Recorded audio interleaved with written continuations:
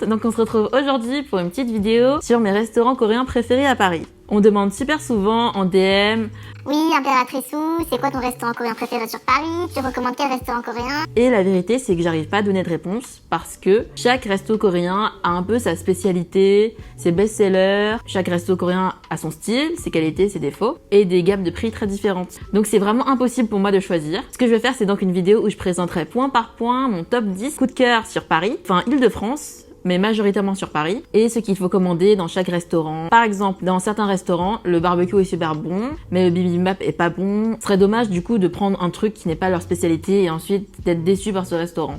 Pour donner une échelle de prix et pouvoir surtout comparer en termes de prix entre les différents restos, je vais indiquer le prix du bibimbap, puisque c'est le plat basic qui est dans tous les restaurants coréens. Donc comme ça, vous pourrez évaluer la gamme de prix de chaque restaurant.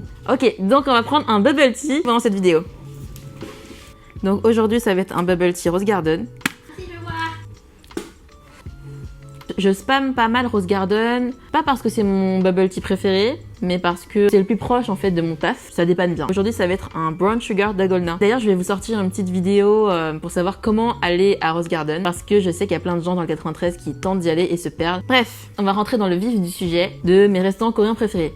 Mon restaurant numéro 1, c'est Koebin ou Gibin, je sais pas, ça dépend de comment on prononce. Je le mets en numéro 1 aussi parce que j'y retourne très souvent, c'est celui, je pense, de la liste où je suis allée le plus souvent. J'ai amené tous mes potes là-bas. Je suis jamais déçue et à chaque fois que j'y vais, c'est pour un seul plat, c'est le barbecue coréen de porc grillé. Pour moi, c'est vraiment le meilleur là-bas et c'est aussi leur best-seller. Ils ont des ingrédients que les autres restaurants coréens n'ont pas. C'est-à-dire que souvent, je commande barbecue de porc coréen et en fait, à chaque fois, je suis en mode mais où est le poireau? Parce qu'en fait, ce que j'aime le plus chez Koebin, c'est toutes les sauces, les assaisonnements. Ils ont des espèces de poireaux découpés, émincés, super bon que j'aime trop, un peu mariné. Ça change tout en fait quand on fait le wrap du barbecue coréen. En fait, je sais pas trop si vous connaissez bien les barbecues coréens.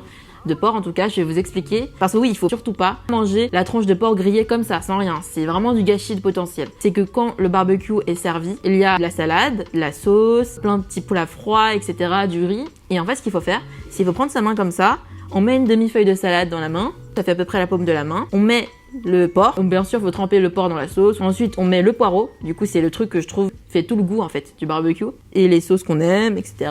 On met le riz si on veut, on roule comme un wrap et on met tout dans la bouche. Et là, ça fait une explosion de saveurs dans la bouche, top. Le barbecue coréen, c'est un plat basic qu'il y a dans tous les restaurants coréens, mais Koebin le fait le mieux selon moi. J'aime beaucoup chez eux le ragoût de kimchi que je trouve vraiment pas mal, et aussi le ragoût de pâte de soja. Et leurs desserts aussi sont pas mal parce qu'en fait, dans les restaurants asiatiques, c'est difficile de trouver des bons desserts et eux, je les aime vachement. Surtout le gros mochi glacé au matcha qui était pas mal. Pareil pour le cheesecake. En fait, je suis jamais déçue par ce restaurant. Deuxième restaurant coréen préféré. J'ai aussi envie de parler dans cette liste de Hangali. Je suis vraiment désolée pour ma prononciation. Je prononce peut-être mal. Les Coréens me diront en commentaire si ma prononciation est mauvaise. Qui est donc pour moi le restaurant coréen le plus chill. Pas prise de tête. Tu rentres, tu manges, posé. Tu peux même manger seul là-bas. Personne te juge. Du coup, le must pour moi chez eux, c'est le bœuf bulgogi.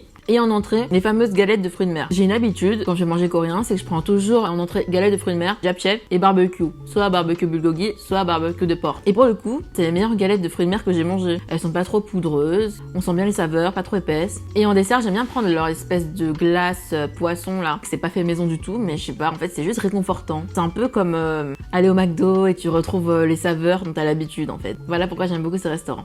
Même si c'est pas très sympa de comparer au McDo.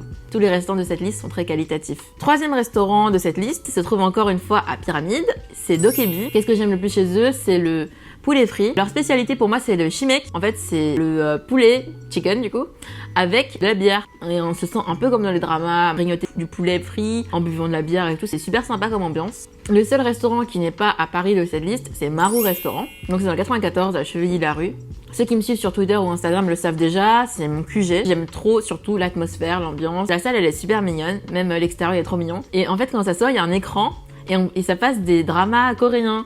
Et en plus, on est assis par terre. Enfin bref, ambiance totalement coréenne quoi. Moi j'aime trop quand c'est comme ça, quand je me sens comme en Asie. Ce que je prends en général chez eux, c'est la marmite de 8 champignons. Il y a plein de champignons coréens à l'intérieur, c'est grave bon. Je me sens grave healthy, c'est un peu comme un hot pot. Et j'aime aussi prendre le dabokki, qui est donc un mélange de tteokbokki et de dag kalbi. Donc en gros, le tteokbokki, c'est des espèces de pâtes de riz à la sauce pimentée. Et le dag kalbi, c'est un poulet macéré à la sauce piquante, avec des légumes. Et en plus, la famille est vraiment adorable. En gros, c'est tenu par le père, père, la mère, depuis 18 ans. Il y a les enfants qui viennent les aider, la fille et le fils, et vraiment ils sont trop gentils, trop mignons. On est toujours bien servis, toujours bien accueillis. Restaurant suivant, c'est mon restaurant coréen préféré dans le 13e, parce que c'est vrai que dans le 13e, il y a pas mal de restaurants vietnamiens, chinois qui sont top, thaïlandais aussi, mais des restaurants coréens, j'en connais pas beaucoup. Donc c'est avec plaisir que j'ai découvert Bobae. Ce que j'aime le plus prendre chez eux, c'est le jjajangmyeon. C'est le meilleur en fait, j'en ai goûté plusieurs dans plusieurs restaurants, et c'est vraiment le jjajangmyeon le plus généreux qu'il y a, qui sont donc des nouilles à la pâte de soja noir fermenté. Donc c'est super bon, et je suis jamais déçue quand je vais là-bas. J'ai l'impression que tout le monde prend ça en fait. Genre quand je vais là-bas, sur toutes les tables, il y a des jjajangmyeon. Donc je pense que c'est vraiment leur spécialité.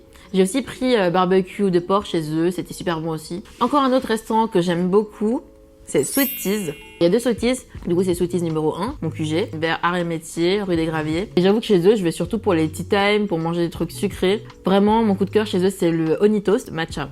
Une espèce de brioche toastée, avec une boule de glace à la vanille, une boule de glace matcha. La chantilly super ferme, montée et tout. Avec du miel, des fruits frais. Je crois que c'est un dessert très populaire en Corée et je pense pas que j'en trouverais des mieux que chez Sweeties, ils sont juste trop bons et trop beaux. Le restaurant suivant, toujours dans la gamme fancy, mais dans le style plus street food, c'est On The Bab. C'est une chaîne de street food coréenne qui vient des UK, toujours à Opéra, à côté des autres restaurants coréens. Je pense que vous le connaissez tous si vous connaissez un minimum les restaurants coréens et que vous vous intéressez un peu à la food, car ils ont ouvert en 2019 et il y avait vraiment genre 1 heure de queue à faire à chaque fois. Et comme une pigeonne, je suis allée 2 fois faire la queue. J'avoue que j'ai trouvé ça un peu surcoté, ça vaut pas la peine de faire 1 heure de queue, mais c'est vrai que c'est bon. On va pas se mentir, c'est quand même assez cher et on mange pas beaucoup. Donc faut pas y aller avec des gens qui mangent beaucoup, sinon vous allez être déçus. Mais l'ambiance est cool, donc c'est une expérience sympa à faire. Et j'ai pas trouvé d'autres restaurants coréens, autant dans l'esprit jeune, street food et tout. C'est vrai que les restaurants coréens en général, il y a quand même une ambiance assez traditionnelle, des petites portions avec des baguettes en métal, etc. Et là c'est vraiment tout l'inverse. En plus, on commande sur des petites feuilles en papier, en faisant des croix et tout. Mais si vous voulez manger dans un restaurant coréen pas cher, où on peut bien se poser, manger tranquillement, très familial, c'est justement, il faut pas se tourner vers là, c'est vraiment un autre univers. Maintenant, je vais vous donner le nom du restaurant coréen au meilleur rapport qualité-prix et idéal pour les anniversaires. C'est... Alice? Non, je l'ai dit en deuxième. C'est Barbecue Cadet. Pourquoi? Parce que vous avez une formule tout à volonté pour 23 € seulement. Pour 23 €, vous avez un buffet à volonté de agneau, poitrine de porc, calamar, poulet, poisson, gambas, courgettes, champignons, poivrons, tofu, des plats coréens comme des ragoûts de kimchi et nouilles, bibimbap, barbecue de bœuf, nouilles froides, bref, la totale quoi. Le pire c'est que la qualité est bonne. Franchement, j'avais bien mangé moi. J'avais organisé mon anniversaire là-bas. Et en plus, du coup, je dis que c'est bien pour les anniversaires parce qu'en fait, on peut louer une salle au sous-sol pour les KTV. Du coup, c'est karaoké pour ceux qui connaissent pas. Et la salle, elle est pour environ une dizaine de personnes, 10 à 14 personnes. Nous, on était 14 pour mon anniversaire et c'était pile poil. Quand on va aujourd'hui au KTV, en général, ils passent des vieilles musiques chinoises ou même des musiques anglaises, mais vraiment à l'ancienne quoi. Et là, ils ont quand même des musiques assez récentes. Du coup, j'ai bien aimé pour ça. Et il n'y a pas de supplément à ajouter pour avoir la salle privée. Il faut juste que chaque personne sur place prenne une formule à la volonté, tout simplement. Un autre restaurant coréen dans un tout autre univers que j'affectionne beaucoup aussi, c'est Soon Grill. Qu'est-ce qu'il a de différent par rapport aux autres restaurants? C'est que c'est le plus chic et aussi le plus cher. Il y a une lumière un peu tamisée et tout. Vraiment, c'est pas mal pour les dates et pour les événements un peu particuliers. Et l'autre avantage, c'est que, attention, dans le Soon Grill du Marais, il y a une carte barbecue halal. Et ça, c'est vraiment appréciable. Je trouve ça vraiment rare de trouver des barbecues halal en fait. Un autre de mes QG pour manger des crevettes, c'est Shikoja. Donc ce que j'aime le plus chez eux, c'est les crevettes à la sauce aigre douce. Vraiment, c'est trop bon. Les crevettes sont énormes, bien généreuses. La sauce, elle est comme il faut. Quand je vais là-bas, je prends toujours ça.